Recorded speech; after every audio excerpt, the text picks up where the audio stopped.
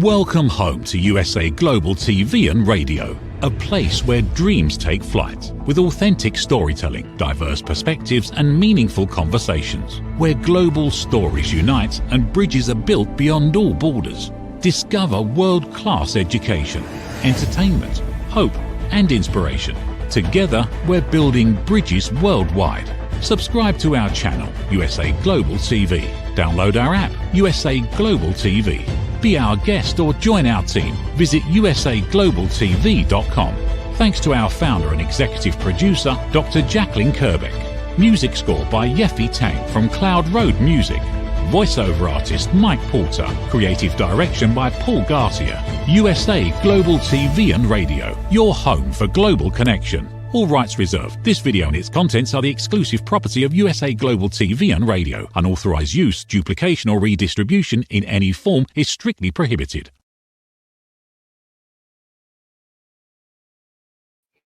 Hello, everyone. Welcome, welcome. It's so good to have you here today at USA Global TV and Radio, wherever you are in the world. We are celebrating. I'm not sure if you heard over the weekend, but this became ours, the YouTube Silver Creator Award for passing 100,000 subscribers. So this is all because of you out there subscribing, following, watching, commenting, referring. Thank you so much. My heart is full. And in case you didn't see the video about it and the wonderful letter that we received, you can find it over on our YouTube channel. So I want to say hello to all of our followers and our viewers across the world, and also to our friends at E360 TV distributing this content as we speak. I'm Dr. Jacqueline Kerbeck, and our show today is A Woman's Prerogative. And our topic is an interesting one.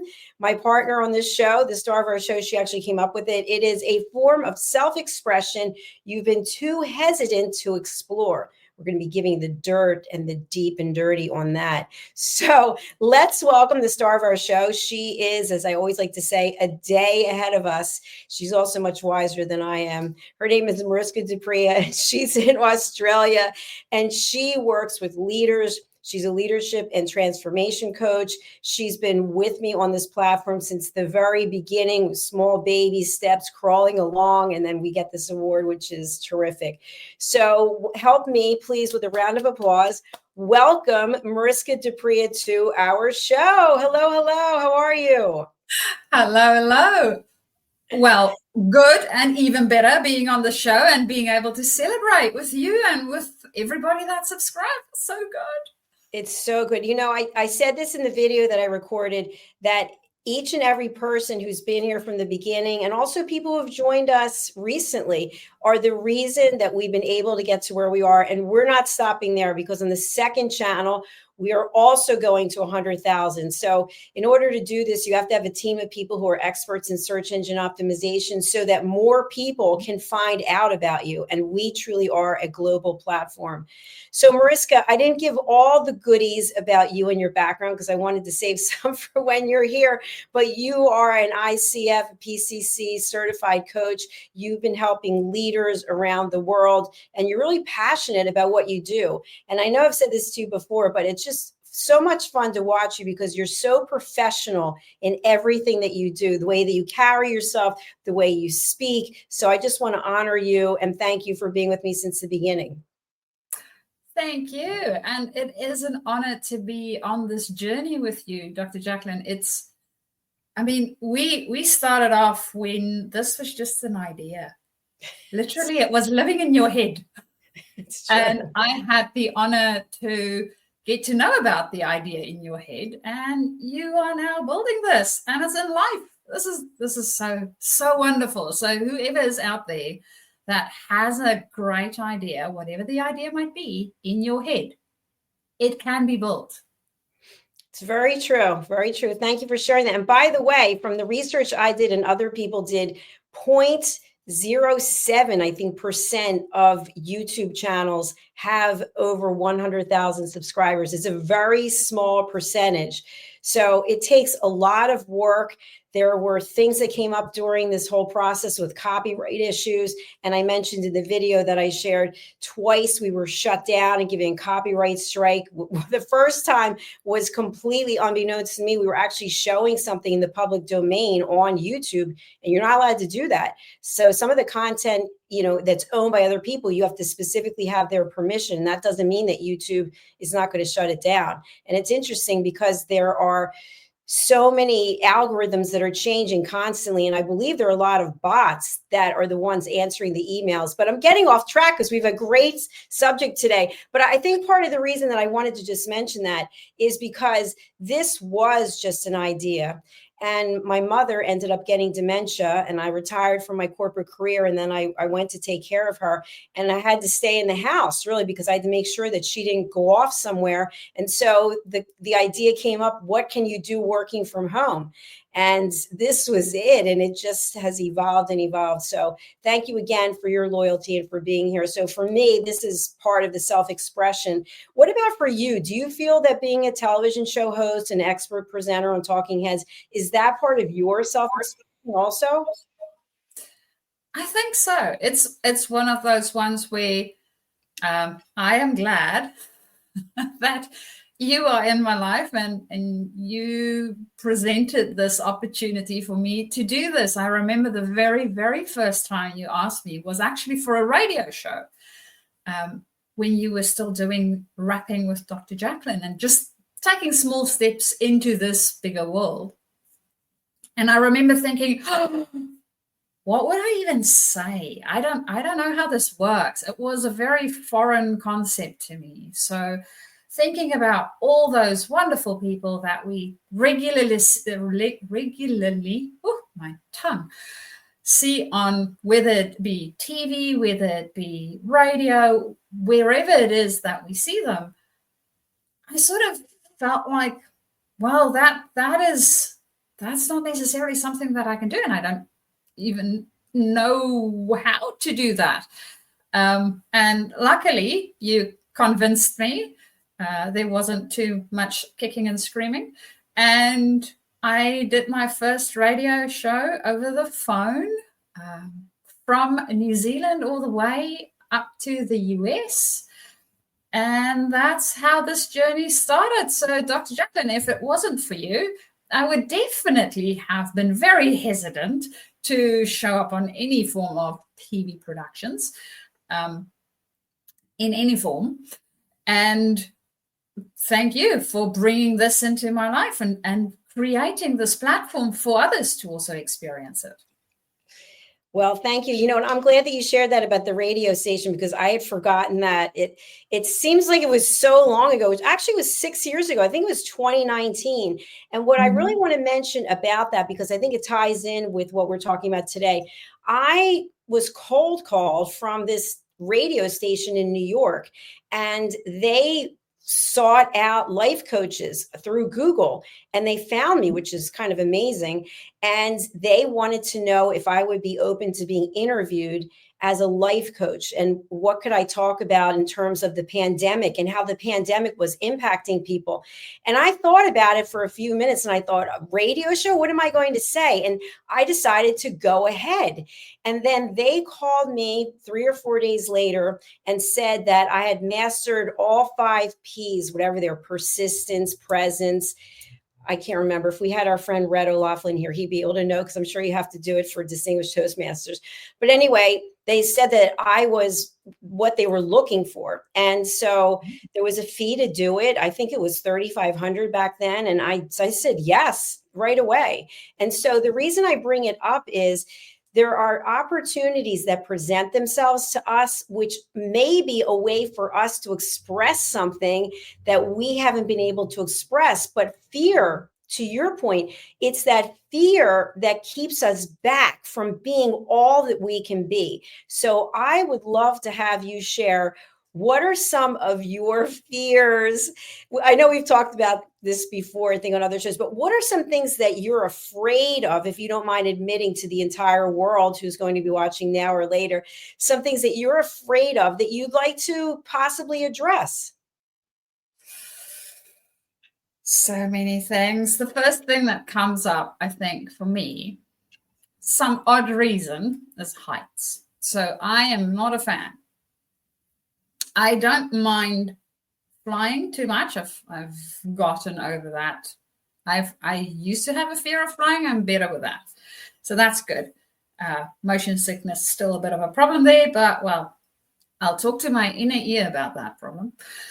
But heights in general, so when it comes to something that's attached to the earth and the top of it is unstable, or it feels unstable to me, I'm not a fan. So I think one of the things, and I have discussed this with my husband a few times, I have not done it as yet, as potentially bungee jumping. So I'm not sure whether I would take that plunge yet. And there is something to be said about facing our fears, right? So I have abseiled before. And the worst part for me about the abseiling was that initial point where you need to go over the edge. So just that tipping over the edge, I don't like it. I really don't like it. But once the rope is nice and taut and you hang on it and you start to abseil, that's fine. I could do that. That's easy. But that initial getting over the edge of it, not a fan. So that's one of the fears that I can think of, very physical, visceral thing for me. And I'm wondering, Dr. Jacqueline, seeing as we are sharing fears, what would you say is yours? Well, bungee jumping, girlfriend, is right at the top of the list. And I don't think I'm ever going to do it. Zip lining, that's another one. I have a real quick story. We were on a family vacation, and one of my relatives purchased tickets for zip lining. And I said, oh, I'll go zip lining. And when it came, right before, I guess a couple of hours, because you had to meet in advance to go zip lining, I thought, I'm not going zip lining. I have high blood pressure. This doesn't seem like a good idea. So my mother, who at the time was probably 78 or 77, she said, I'll go zip lining. And I felt so foolish, because here my mother is going to go and I'm afraid. So she ended up going, and I think she really enjoyed it. I know from what I've heard, there are these stations, like, I don't know how you get up there, but there are these stations and you zip line and then you stop at another, like a platform or something. So I know that for a fact, I wouldn't have wanted to do it. It reminds me, even though it's different, of riding a roller coaster. And I have no interest, or for any reason, to ever go on a roller coaster. What about you? Do you like amusement parks? I can honestly say I cannot recall ever being on a roller coaster of any sort. I've seen them plenty, but I have not been on any one of them. And as I mentioned before, one of the reasons, motion sickness and me, we're really good friends. It visits me on a regular basis, which is problematic, especially when you're in a roller coaster. So potentially everybody at my back might have a problem with me being on a roller coaster. So I will save them from it, and me from it too. Zip lining, though, now that you've mentioned zip lining, that's actually something that I would enjoy doing, even though it's high up in the treetops. Go figure, right? And that also reminded me of hot air balloon trips. So me and hubby actually went for a hot air balloon trip over Hamilton a few years back.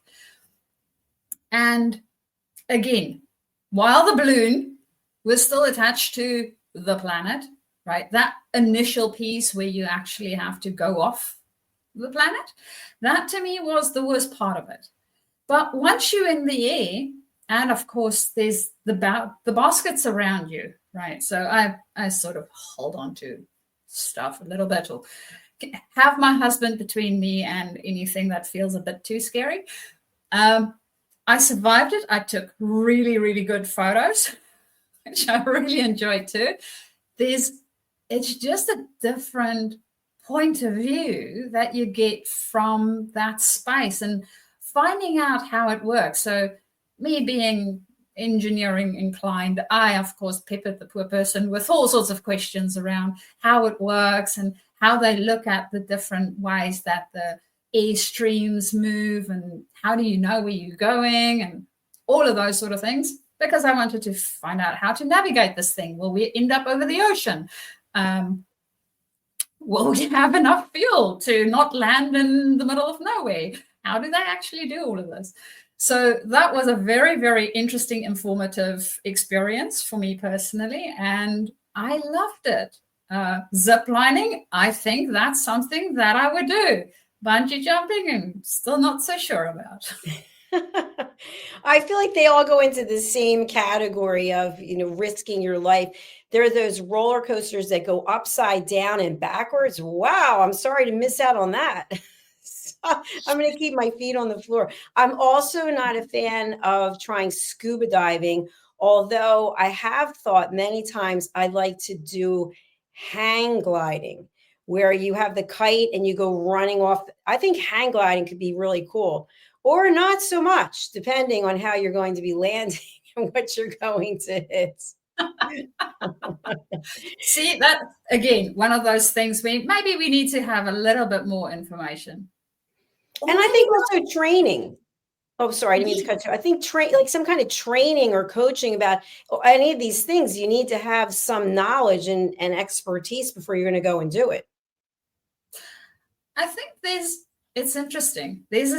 For me personally, there's a certain level between knowing about what I'm going to expect or what can I expect from the experience, and then potentially knowing too much. Right. Because that might also keep me potentially from actually stepping out into the unknown and trying something. So I need to make sure that I have enough information that would inform me and I feel safe to do it. And then not necessarily over worrying about things that might go wrong, or I want to at least know that I'll be okay, but it's a little bit like when I think about an airplane. If it's going to drop out of the sky, and this does sometimes happen, I just wish to then be dead. It's fine. I'll be one of the passengers that don't make it. I'll be okay with that. What I would not like is if I fall and then I lose some major amount of ability to take care of myself. That to me would suck. But if I'm dead, that's fine. I can work with that.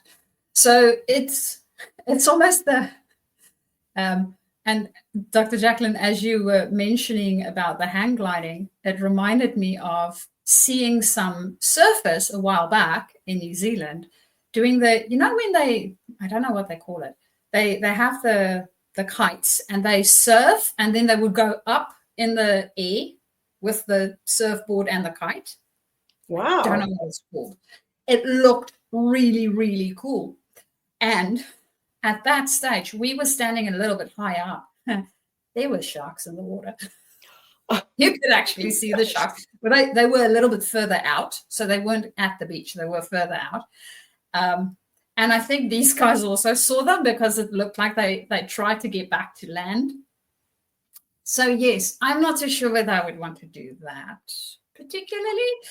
I don't mind sharks, but I don't want to be in their vicinity when they are around. I've never heard of that before. That sounds like a really interesting opportunity for someone else. I can tell you, since you just touched on it, I am not a fan of the ocean. I think because I have this weird shellfish allergy, so I can't eat shellfish, but I also can't smell like any steaming shellfish. And if I got bit or something, it could be a problem.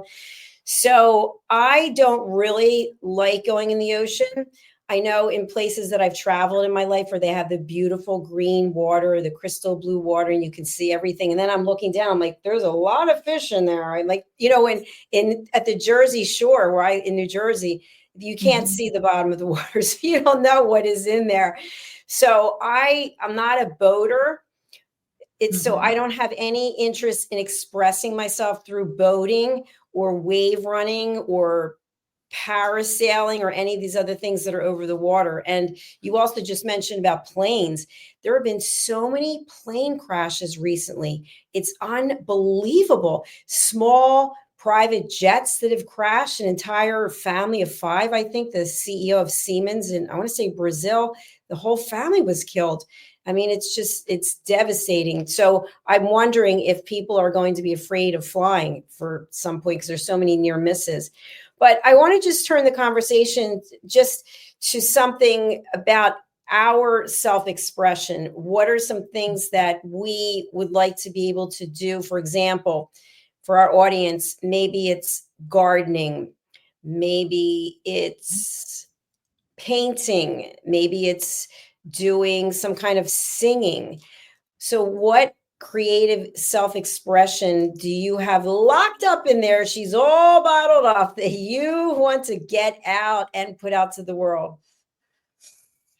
Oh, I thought about this when I actually saw, so I did a little bit of a Google search to come up with set title that we have today.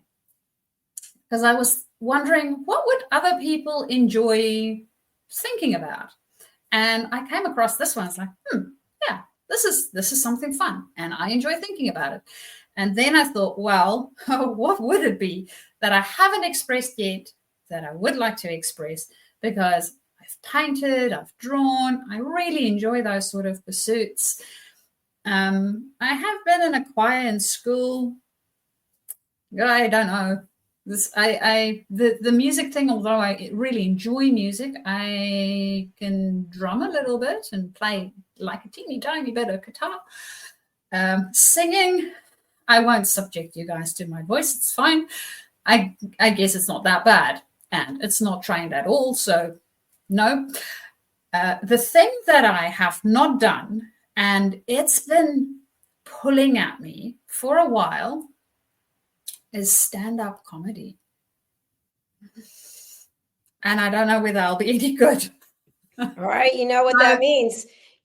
That means, why don't you give us a little performance right now? Mariska Dupree from Australia doing her first performance as a stand-up comic with no preparation. Take it away. Oh, I'm not too sure whether that's even possible. Is that possible to do stand-up comedy while having no preparation whatsoever? I don't even have a line, Dr. Jacqueline. You are literally throwing me into the deep end here. It's like sharks are circling. I'm just joking. Just putting you on the spot there. No, actually, you have to have a script, or you have to have some kind of stories you have to tell people. And from what I saw, I forget which comedian it is. I don't want to say, and then it's the wrong one, but someone who's very famous, that there's a lot of work that goes not just into the writing of the stand-up comedy, but the delivery of it. And think about it. This is something that has always bothered me. Have you ever gone to a comedy show and there's somebody up there and you're just like, oh, I feel so horrible. It's terrible. No one's laughing. The person's bombing out, and you just feel heartbroken for the person, and they have to keep going. Well, yes. And what my way of thinking about this, and most probably because that is part of the process, is that's great feedback. Yes. Because now you get to know that potentially that line isn't as funny as you had in your head, for whatever reason that might be. And that, I think, is part of why I haven't stepped into the whole stand-up comedy space as yet. I think what I would like to do first, so baby steps, right? So my baby step would be first to get to one of the impromptu classes, the ones where you sort of get a word and you improv classes. So I would like to go to one of those first and just play around a little bit, see how it feels, do a little bit of a thing with it and see what works, see what doesn't work. So it sort of gives me a safe environment in which to hone a little bit of that craft, because stand-up comedy, although they make it look really easy, it's a craft, right? There's pauses we need to take into consideration. Dr. Jacqueline, as you mentioned, there's the actual delivering of said line. Then there's the lines, right? Understanding which things get a laugh, which things don't get a laugh. How long do people laugh? How much laughter can I get out of that? Of course, it's always fun if somebody laughs at our jokes. I do know that my jokes are terrible, so I won't be telling any. Wait till you see what I have for you. Ask and you shall receive. One of our team members here is the founder of Improv LA, and he has courses online. And I'm going to bring up his website. His name is Keith Soltoyanis, and he does a show here called The Perfect Podcast Show. And every episode, he tries to make it perfect, but he's really not. And all the episodes are hilarious. So this is his website. I'm just going to give a quick shout out to Keith Soltoyanis. He's actually been a writer for National Lampoon and for Curb Your Enthusiasm. I think he's been on Curb Your Enthusiasm. But here you go. I'm actually going to share this website for anyone who might be interested. So see, there's weekly group classes, and I believe that these are virtual. Some of them are on demand and some are actually in person. Oh, here it is. Learn at your own pace with our streaming course. And then Keith's book. Keith actually wrote the foreword for my book, Mastering the Power of Elevated Listening. So here you go. Free clinic. Look at all these people all these big companies that they've worked with, all the awards that they have. So I'm going to share this website. And for anybody who is a latent stand-up comedian who wants to get out there, here you go. Here you go. Let me just put it up on the screen. See, and that's one of the reasons why I love this platform so much. Dr. Jacqueline, we have connections all over doing all sorts of things, and all we need to do is go, well, this is something that I want to be doing. Right? Exactly.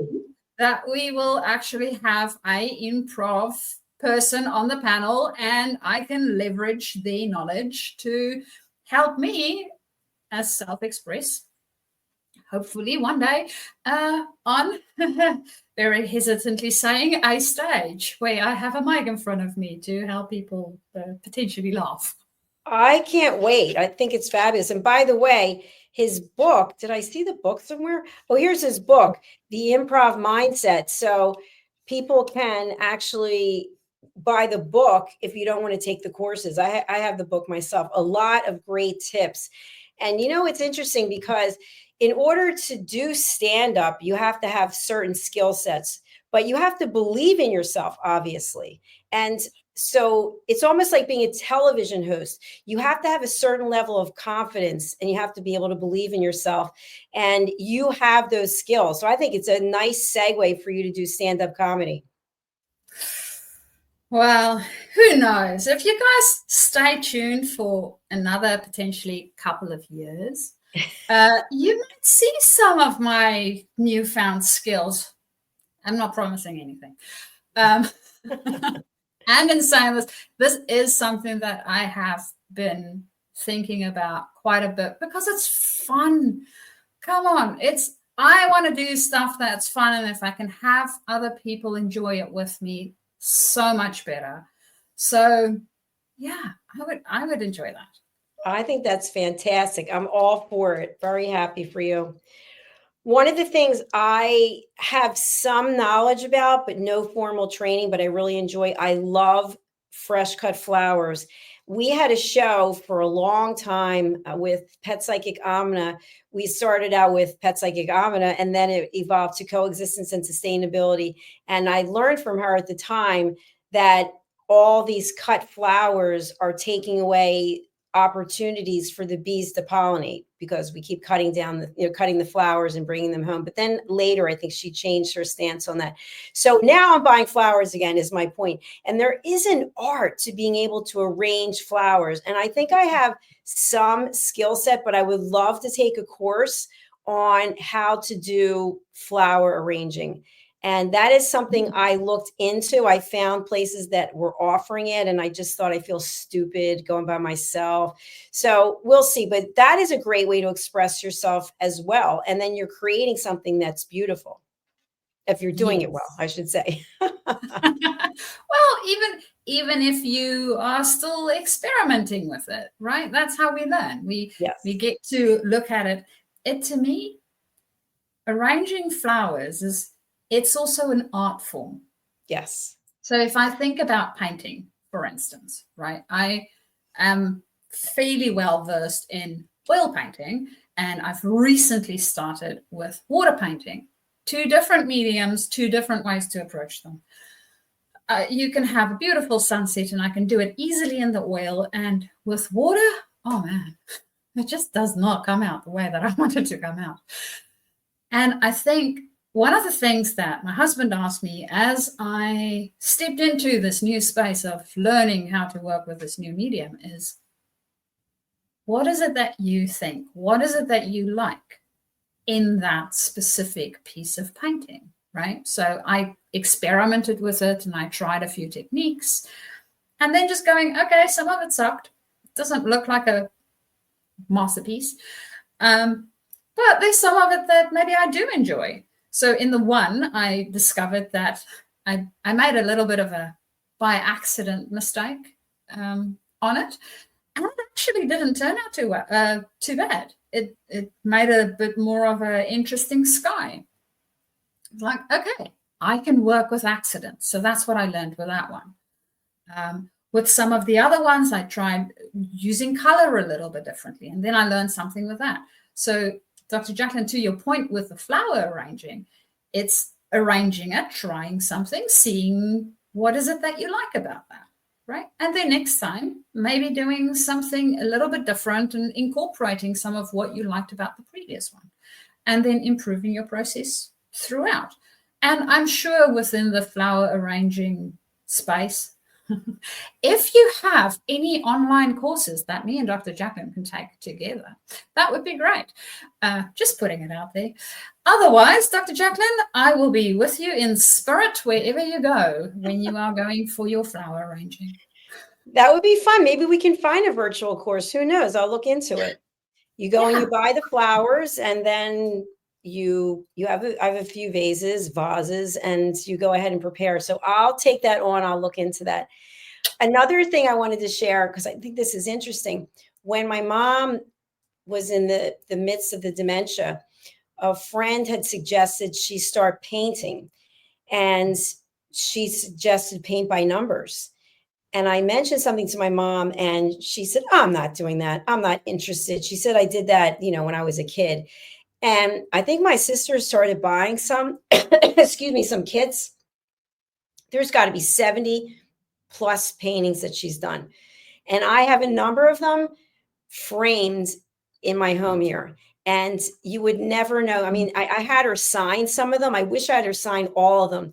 But it's really beautiful. And it's a way of expressing yourself. And I think it's extremely good for anyone who has dementia or has difficulty with their memory, because it takes a long time to finish one. I mean, my mom would spend sometimes literally 10 hours in a row just painting. So it's a good way to express yourself. And especially if you have dementia or Alzheimer's, if you need something for your loved one to do to be able to express their creativity, paint by numbers, it's a winner. Yes. It also reminds me of, these adult coloring books that you get? Yes. Right? It's a little bit less, you still need to decide which colors to use, right? There's no numbers. And I remember my mother-in-law, during COVID, we actually got her some coloring books because she really enjoys coloring. So she started with one, And there was one piece, it was a very symmetrical piece of design. And I remember there was one piece that by accident she made one leaf or one flower, a different color than the other ones that she had. And she said, oh, no, now it's wrong. And I thought to myself, no, now it's unique, right? That's what makes art, is those little things that we might think we will see it. And maybe somebody else might see it, but that makes it unique to that piece. Because any old robot can do any old painting just the way that it does perfectly. It's not art. I'm sorry. It needs some of our intervention. It needs some of our energy in that. Our energy and that loving touch, that loving perspective. Absolutely. Yeah. So I think what we've come up with today is that you, Mariska, are going to start exploring stand-up comedy. Maybe you'll buy a book, maybe you'll do a course, maybe you'll find someone, you can start going to comedy shows and taking some notes or talking to the comics afterwards. And you and I together are going to look into flower designing, what is that called? Flower arranging. Yes. Yeah. I love that. I would really, my mom's really good with arranging flower, also no formal training in it. But I would really like to understand how to put those together. I think it is an art form, right? And having it afterwards, just to lighten up your home. I love it. You know, what's interesting also about flower, oh, we're running out of time, but what's interesting to me about flowers, depending where you buy them, right? You could buy a rose at any of these different places and the prices are, really vary. And the amount of time that they live also varies. So what I found is if you buy really, and I can't say this definitively, I'm not saying across the board, I'm just saying in my experience, the cheaper the flowers are, even though they may look nice, they usually don't have any smell and they don't live that long. And what I will always do is I'll cut the stems on an angle and then I'll use filtered water. And in the water, I'll put some sugar. And that seems to help increase their life. And then before I put them in, I take off the leaves. So if you have roses, for example, and I don't buy red roses because having a love affair with myself. No. So I'll take off the leaves so that they're not taking up all the space. And, when you're putting in the other flowers and the leaves are taking up the space. Mm-hmm. So I'll just take them off. And then you can put in some beautiful like banana leaves. You can fold them over and they look waxy. And it really is, it's really nice. I'm super excited that we're talking about this. Good topic. Me too. Well, my friend, we are out of time again. It just flies by. Do you have any special events, offers, or anything going on that you want to share with our audience? We're going to pull up your website while you're talking about that. So at the moment, I am looking for a team to coach. So as you may or may not be aware, I am busy embarking on my team coaching journey. So currently I do leadership development within the more one-on-one space, and I also want to incorporate more of the group team coaching space within that. So I have started on that, and I'm actually looking for a team to coach. So if you have a team, you are a team leader and you have a team and you guys think that there's something epic either that you are working towards, or there is potentially some dynamic that would be helpful to work through within your team so that you guys can work better as a team, please get hold of me so that we can start to discuss how that might look and how that would work. And if you have no idea what team coaching is about, please still get hold of me so that we can have that conversation. Now, the ways that you can get hold of me, of course, is via my website, which is on at the moment, as well as then my email address, which is mariska@journey2discover.com. My website is also journey2discover.com. There's a little contact page on there that you can contact me through. Or alternatively, you can also find me on LinkedIn. So on LinkedIn, you can literally just look for me and then send me a direct message and we can start our conversation. So that is if you have a team that you are working with or within, and you would like to explore some ways of increasing your productivity, of working better together as a team, or if you are working towards something specific and maybe you feel that there needs a little bit more oomph. And of course, still for any leaders, when you want to up your game as a leader, we can also have a conversation around that. And do go and have a look on our YouTube site under USA Global TV and Radio, because there's a whole bunch of content there in our Talking Heads section where you can find out a little bit more about what good leadership can potentially be and how you can bring that into your space. So that's me, Dr. Jacqueline.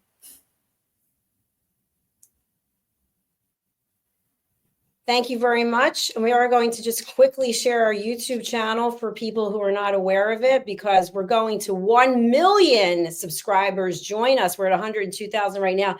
It is USA Global TV and Radio. So you can check us out there. We have our second channel, which is Dr. Jacqueline Kerbeck, that just passed, I think, 26,000. I forget, 27,000. So we'll be at 100,000 hopefully by the end of the year.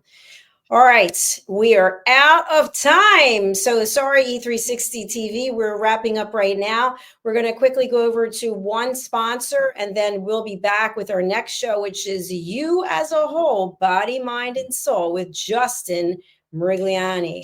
Thank you so much for being here, Mariska. It's an absolute pleasure. Enjoy your day. You check out your thing, and I'm going to check out the flower arranging course for the two of us, and we'll reconvene. Sounds good. I'm excited. Bye for now. Bye for now. What if one simple skill could change the way you connect with the world? What if listening could open doors to deeper relationships, stronger businesses, and a better you?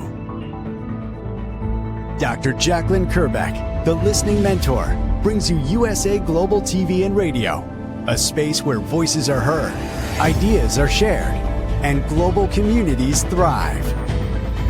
Through the elevated listeners' courses and books, you'll master the power of listening, set boundaries with confidence, and transform conversations into opportunities. Join us.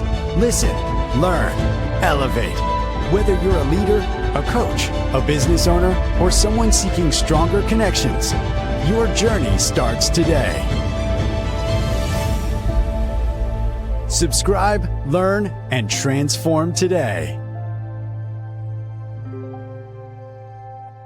Thank you, viewers and listeners of USA Global TV and Radio, for joining us today. We're honoured to have your time and attention as part of our global community. At USA Global TV and Radio, we believe in the power of authentic conversations, meaningful connections, and creating a world of possibilities together. Want to be part of something bigger? Join our team of elevated listeners at usaglobaltv.com, a space where your voice matters and your ability to listen transforms relationships. Stay connected with us across all our platforms for thought-provoking discussions, expert insights, and empowering stories. Subscribe to our channels at youtube.com/c/USA-Global-TV. Follow us on social media and explore the endless opportunities we're creating for growth, learning, and inspiration. Together, we're not just broadcasting, we're building bridges and changing lives one conversation at a time. For inquiries, contact us at info@usaglobaltv.com. Music by Johnny Dies. Produced by Executive Producer and Director Dr. Jacqueline Kerbeck.